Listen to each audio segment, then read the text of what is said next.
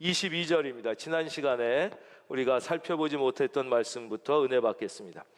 그들이 대답하되 백부장 고넬료는 의인이요 하나님을 경외하는 사람이라 유대 온 족속이 칭찬하더니 그가 거룩한 천사의 지시를 받아 당신을 그 집으로 청하여 말을 들으려 하느니라 그랬습니다. 이게 지난 시간 우리가 살펴보지 못했는데요, 이 앞을 봐주십시오. 여기서 말하는 이 사람들은 주인이 아니라 종입니다. 상관이 아니라 부하, 낮은 사람들이었습니다. 그런데 이들의 표현을 보면 이들의 마음에는 자부심이 있었습니다. 나는 좋은 주인을 모시고 있다는 자부심이 묻어납니다. 나는 좋은 상관을 모시고 있다는 자부심이 드러납니다. 그래서 자기 주인을 어떻게 소개합니까? 내가 모시는 주인은 의인입니다. 하나님을 경외하는 사람입니다.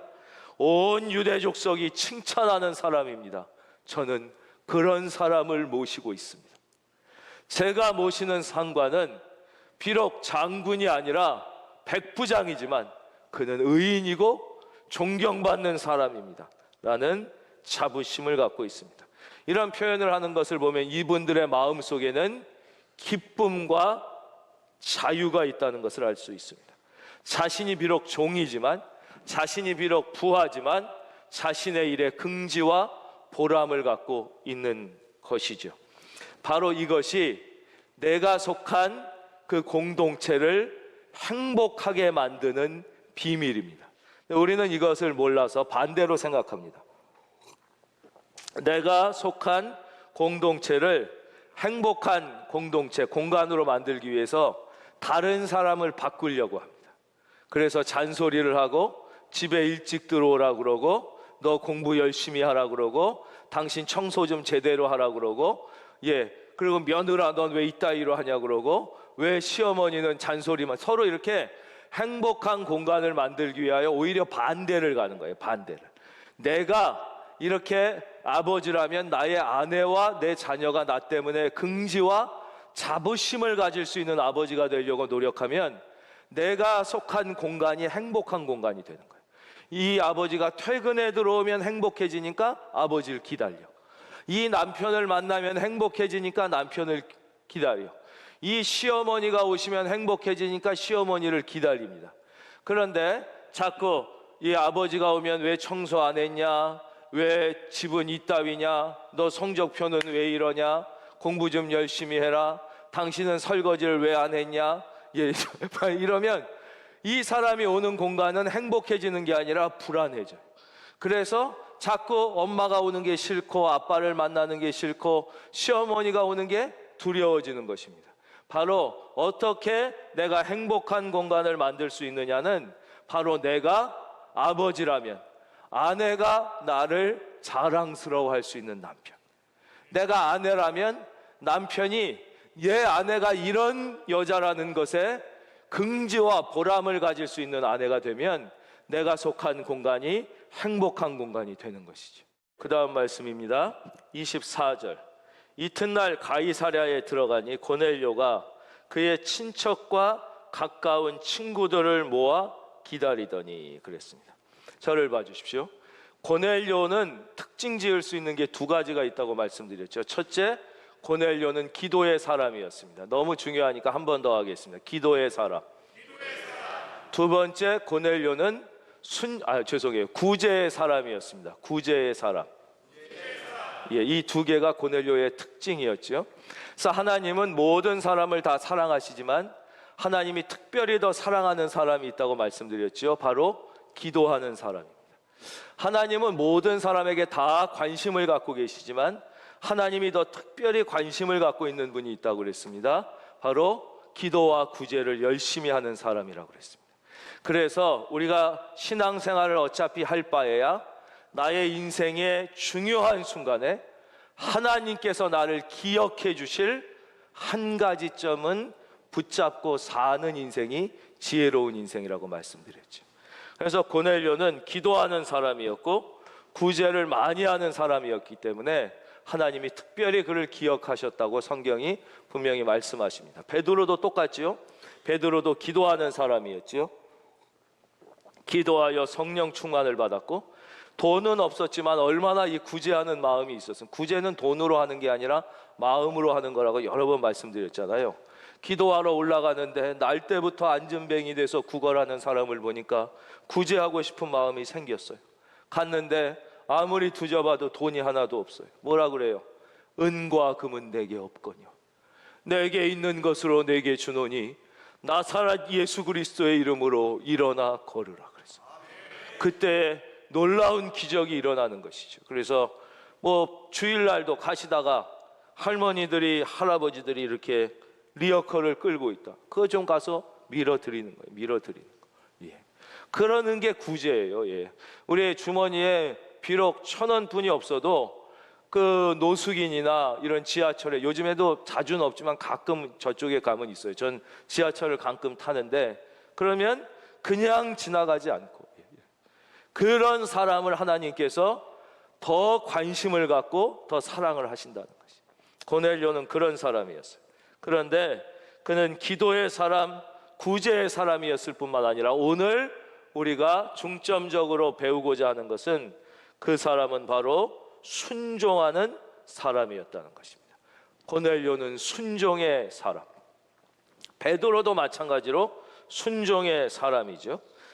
그는 전통과 문화에 얽매이지 않고 하나님의 말씀에 순종했던 사람이에요.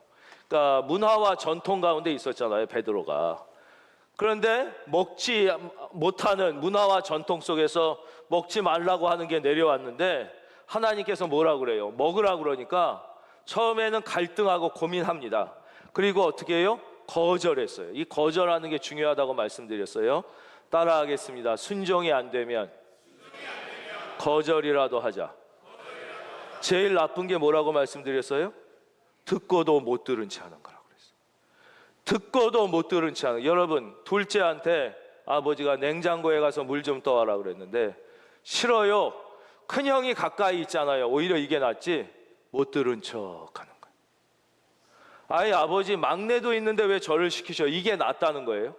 못 들은 척 하는 것처럼 그 인격을 무시하는 게 없습니다. 우리가 하나님의 말씀이 들릴 때 하나님을 제일 가슴 아프게 하는 것은 그 말씀을 무시하는 거예요. 저건 목사들한테나 하는 얘기겠지. 저거는 뭐 예수 잘 믿는 무슨 사람들에게나 하는 얘기겠지. 저게 나이 이러면 안 되는 거예요. 그러면 아버지가 얘기하세요. 아니다. 그래도 둘째 네가 떠와라. 그래 둘째가 기분이 나쁘지만 냉장고 문을 열고 가서 물을 떠왔더니 무슨 일이 벌어져요? 아버지가 너한테만 몰래 용돈 주려고 그랬어요. 이런 일이 생기는 거예요. 이것까지 제가 설교해야 됩니까? 예. 유치하게? 예.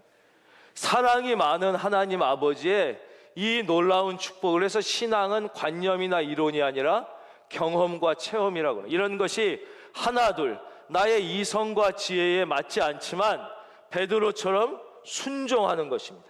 그는 자기의 전통과 문화 이해되지 않았지만 하나님의 음성이 들렸을 때 즉각 순종하여 23절 베드로가 불러들여 유숙하게 하고 바로 이튿날 일어나 그들과 함께 갑니다.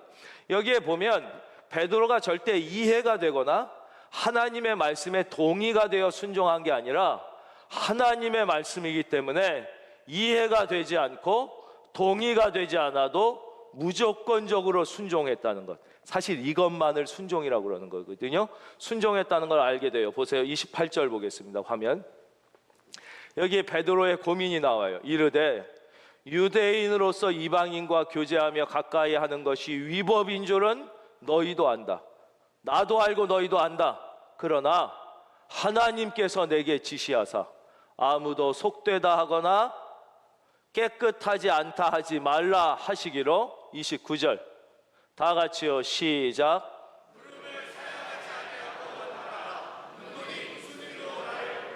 예, 그런 것이죠.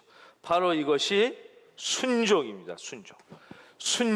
순종은 이해가 되지 않아도 도저히 동의가 되지 않아도 하나님의 말씀이므로 즉시 보세요. 24절 이튿날 며칠 기다리면 순종은 못해요. 순종은 즉시 하는 것만 순종이에요. 따라하겠습니다. 순종은 즉시. 이거는 여러분 테드라는 것에도 보면 나와요. 각 분야의 전문가들이 나와서 최고의 연구 성과를 15분 안에 설명하는 테드라는 프로그램이 있습니다. 사람들이 자기가 계획한 것을 어떻게 하면 실천으로 옮길 수 있는가, 그리고 실천으로 옮길 때 가장 적은 대가를 지불하고, 우리 좀 쉬운 말로 바꾸면 적은 고통을 지불하고 할 수 있는가, 이런 거예요. 내가 매일 운동을 하기로 결정했다, 매일 팔굽혀펴기를 해야겠다, 그러면 생각이 드는 순간 행동으로 5초 안에 옮기면 그것이 진행될 확률이 90%가 넘습니다. 5초가 지나는 순간 그것이 행동으로 옮겨질 확률이 50% 이하로 급격히 떨어집니다. 즉시 하지 않으면 내 생각도 내 행동으로 옮겨지지 않습니다. 그래서 늘 공부를 잘하는 애들은 공부해야지 하는 순간 책을 보고, 공부를 못하는 애들은 책상을 닦고 주변을 정리하고 아니면 내일 새벽부터 일찍 일어나 공부한다, 이런 생각을 하는 것이죠. 그게 안 되는 것입니다, 여러분. 예. 여러분, 기도하는 사람은 기도해야지, 그럼 그 자리에서 기도해야 되는 것이죠. 그런데 눈을 뜨고라도 기도할 수 있잖아요. 안 되는 사람은 내일부터 새벽 기도 나가야지, 새벽에는 5분만 더 자고 나가야지, 이게 평생 못하는 거예요. 여러분, 하나님의 말씀은 따라하겠습니다. 즉시 순종. 예. 즉시 순종해야 되고, 그 결과의 축복은 제가 여기서 그거 다 설명할 필요가 없죠. 그 증거들이 성경에 가득히 기록되어 있습니다. 여기서 우리가 더 한 가지 생각할 것은 바로 순종의 근거입니다. 베드로가 순종하게 된 동기와 이유는 오직 하나님의 말씀이었다는 것입니다. 베드로는 절대 사람의 부탁이나 사람을 생각해서 행동한 것이 아닙니다. 오직 하나님의 말씀만이 그의 순종의 동기가 됐다는 것이죠. 저는 우리 교회에 와서 이렇게 사람을 생각해서 일했다가 실패를 경험한 한 서너 번의 아픈 기억들이 있습니다. 그 중에 한두 번은 사역자를 먼저 하나님의 일이나 교회보다 먼저 배려하고 그 사람을 생각해서 갖게 됐던 실패의 경험이고요. 또 한두 번은 성도님들을 먼저 생각해서 갖게 됐던 실패의 경험입니다. 하나는 이것이었어요. 저희 교회는 수많은 선교를 갑니다. 다 기억하지 못할 정도로. 그 중에 특별히 어느 선진국에 특별한 분들을 위하여 가게 되는 선교가 있었습니다. 근데 그 선진국은 많은 사람들이 사실은 한 번쯤은 가보고 싶어하는 나라였어요. 그래서 제가 이왕에 그쪽에 선교를 갈 때 오랫동안 인간적으로 힘든 삶을 살았고, 또 늦게 신학을 했고, 그래서 많은 경험을 가져보지 못한 분이 너무 그 나라를 한번, 미국 같은 데를 한 번도 못 가본 분이기 때문에 가고 보고 싶어하는 마음이 느껴져서 그분에게 교회와 사역을 우선적으로 생각하지 않고 그분에게 기회를 드렸다가 그 선교는 완전히 폭망했던 것을 경험했습니다. 또 하나 즉시 순종하지 않았던 경험을 말씀드리자면, 제가 신학을 하게 되었을 때 몇 번 말씀드렸지요.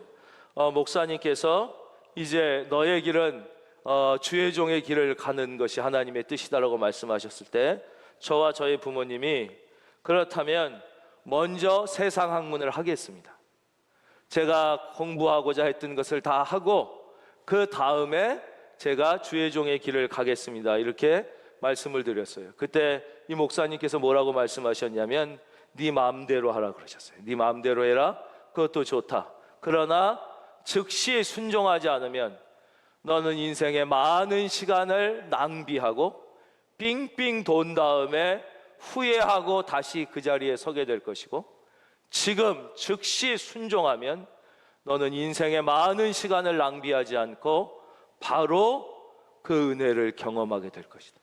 그 말씀에 저와 저희 어머니 아버지는 눈물을 흘리며, 너무 싫었기 때문에 어쩔 수 없어 동의되지 않았거든요. 울면서 주의 종의 길을 가기로 결단했던 기억을 말씀드린 적이 있습니다. 두 번째, 우리가 배워야 하는 것은 바로 또 고넬료의 순종입니다. 고넬료의 순종 24절 화면 보겠습니다. 이 말씀을 다 함께 읽겠습니다. 시작.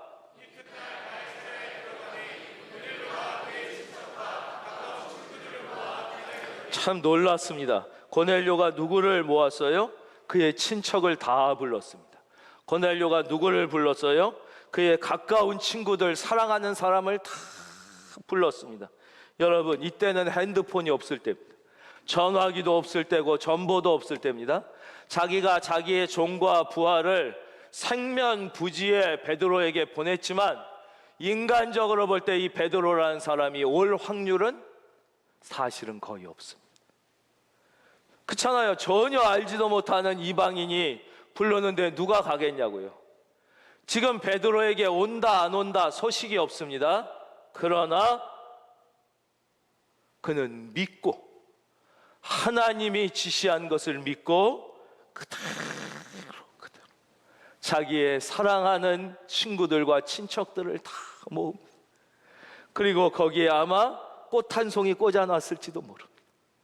거기서 깨끗하게 청소하지 않았겠습니까? 바로 이런 자세를 가지고 베드로가 오기를 사모하며 기다리고 있습니다. 바로 이러한 영적 태도, 하나님의 말씀에 인간적으로 계산하지 않고 순수하게 믿고 순종하는 영적인 태도를 한 단어로 신앙이라고 말하는 것입니다. 여러분, 신앙이란 무엇입니까?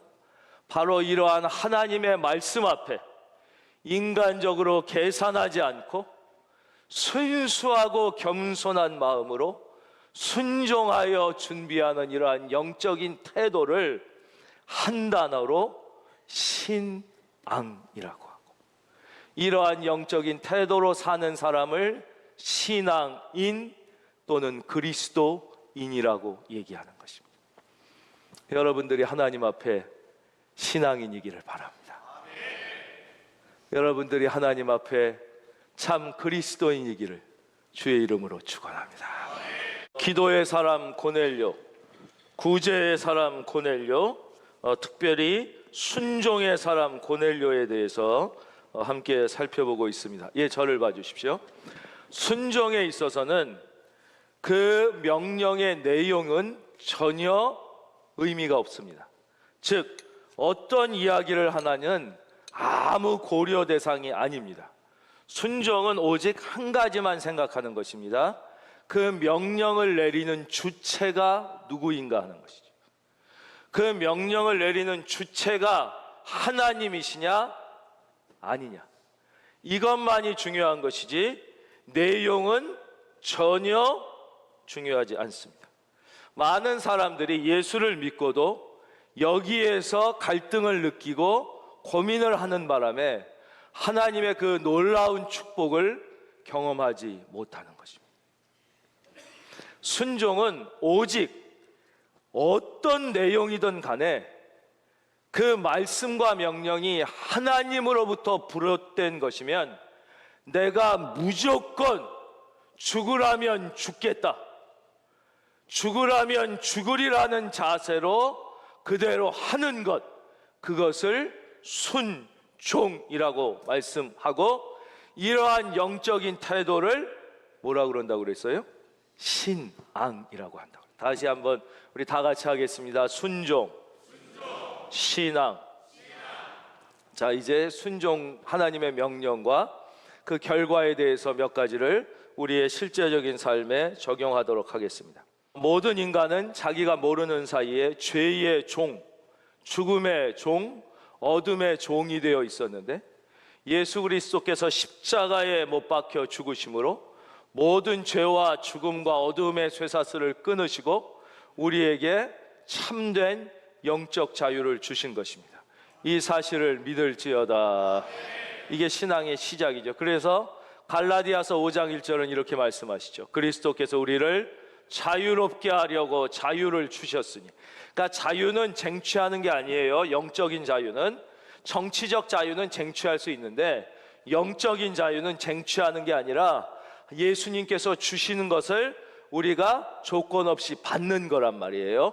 그리스도께서 우리를 자유롭게 하려고 자유를 주셨으니 그러므로 굳건하게 서서, 그런데 다시 세상으로 끌려가면 이게 자유를 스스로 뺏기는 거예요. 그래서 굳건하게 서서 다시는 종의 멍에를 매지 말라 그러시는 거예요. 자, 그걸 생각하면서 우리 다 함께 이 말씀을 우리 영상으로 예배드리는 분들도 다 같이 있는 자리에서 읽습니다. 시작.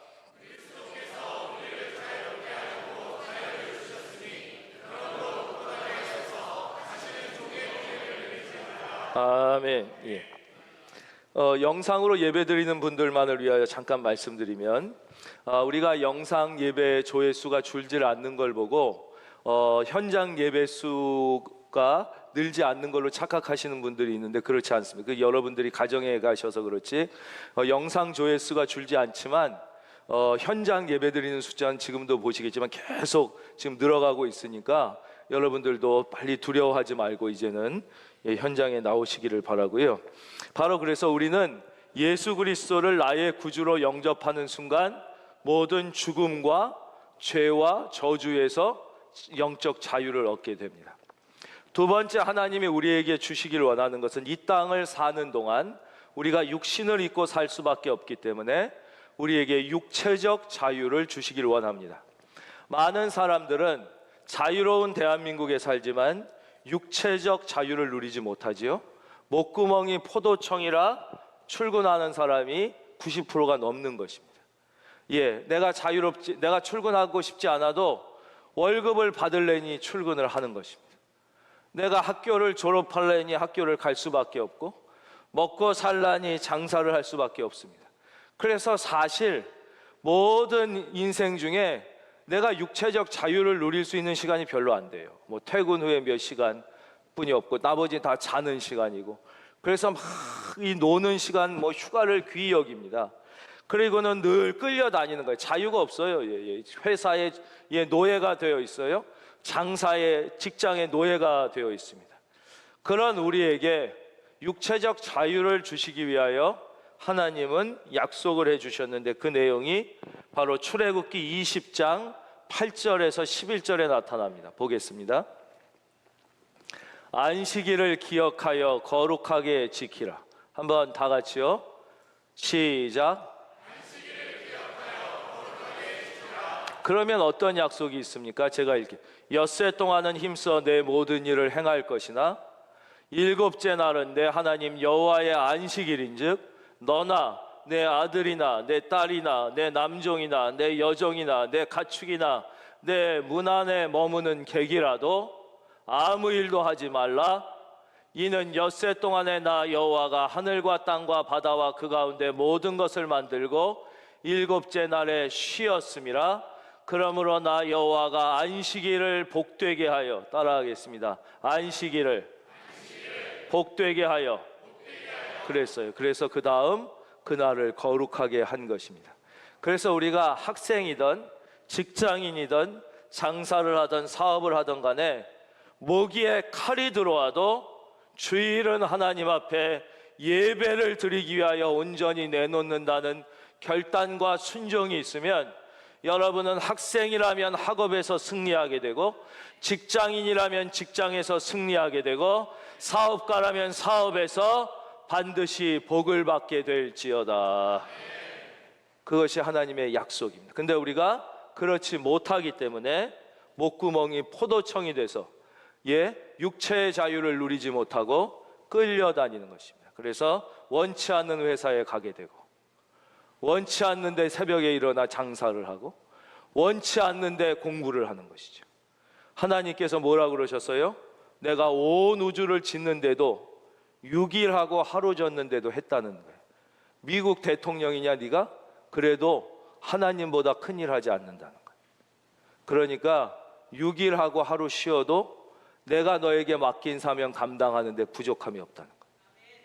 우리는 그걸 몰라가지고 내가 막 지금 급하니까 뭐 공부해야지, 뭐 하나님도 그 온 우주를 만드시는데도, 여러분 우리 중에 미국 대통령보다 록펠러보다 얼마나 돈을 더 많이 번다고.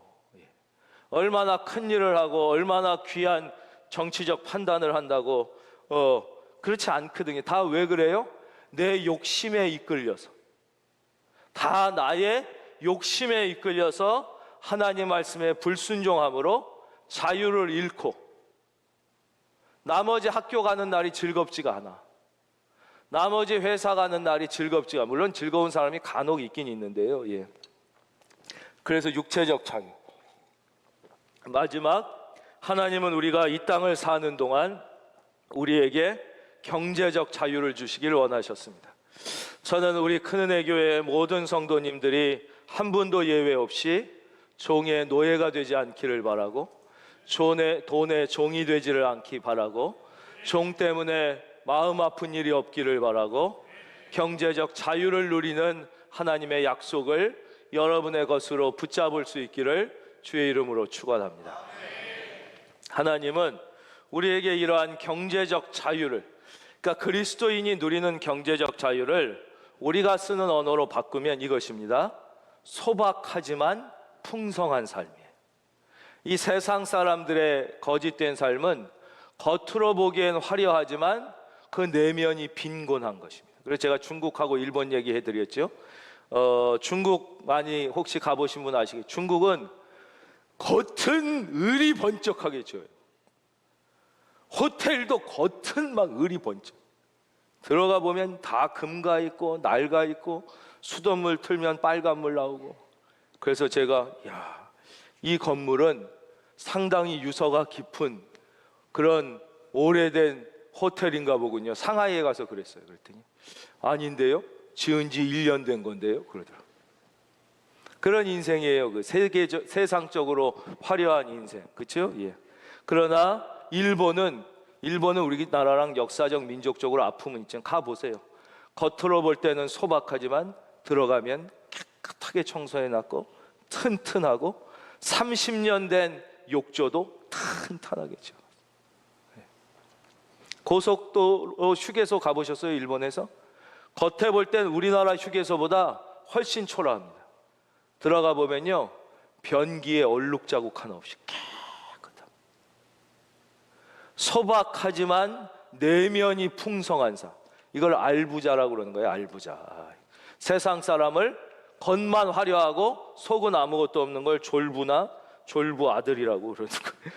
그러니까 어떻게 우리에게 이 경제적 자유를 주기 원하시냐? 자, 말라기 3장 10절에 하나님의 약속을 보겠습니다. 만군의 여호와가 이르노라, 너희의 온전한 11조를 창고에 들여 나의 집에 양식이 있게 하고 그것으로 나를 시험하여. 성경에는 주 너희 하나님을 시험하지 말라는 말씀이 나옵니다. 그런데 딱 한 군데만 나를 시험하라는 반대적 말씀이 나오는데, 성경 창세기부터 요한계시록 전체까지 중에 딱 이 한 곳입니다. 나를 시험하여 내가 하늘 문을 열고 너희에게 그냥 복을 주는 게 아니에요. 여기는 복을 쌓을 곳이 없도록, 그러니까 넘쳐서 다른 사람을 나눠주고도 부유하게 사는 것이, 쌓을 곳이 없도록 붙지 아니하나 보라. 이것이 하나님의 약속이라는 거예요. 다시 볼까요? 만군의 여호와가 이르노라, 너희의 온전한 11조. 한번 따라하겠습니다. 온전한 11조. 온전한 11조라고 하나님이 말씀하셨다는 것은 무슨 뜻을 내포하고 있습니까? 불완전한 11조가 여전히 많다는 것입니다. 그러니까 하나님이 말씀하시는 것은 내 기준에서의 11조가 아니에요. 온전한 11조. 그 다음, 자꾸 왜 저만 보여주세요? 말씀이 소중한 건데.